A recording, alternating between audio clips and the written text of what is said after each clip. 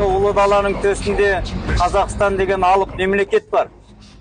Иә, ол біздің мемлекет, ол біздің отан. Бізде басқа отан жоқ. Сол отанға ертең қызмет жасайтын сіздерсіздер. Және ол бүгін мектеп қабырғасынан басталады. Ең бірінші кезекте ойымызда тәрбие қалыптасу керек. Екінші кезекте туған елді, туған жерді сүйетін қасиет қалыптасу керек. Бүгінгі өткізіліп жатқан іс-шара осындай игі бастамадан тұрады. Әрбір сәттің қадірін біліп, тәуелсіздіктің қадірін біліп, ертең еліміздің келешегіне қызмет жасайтын сіздер боласыздар.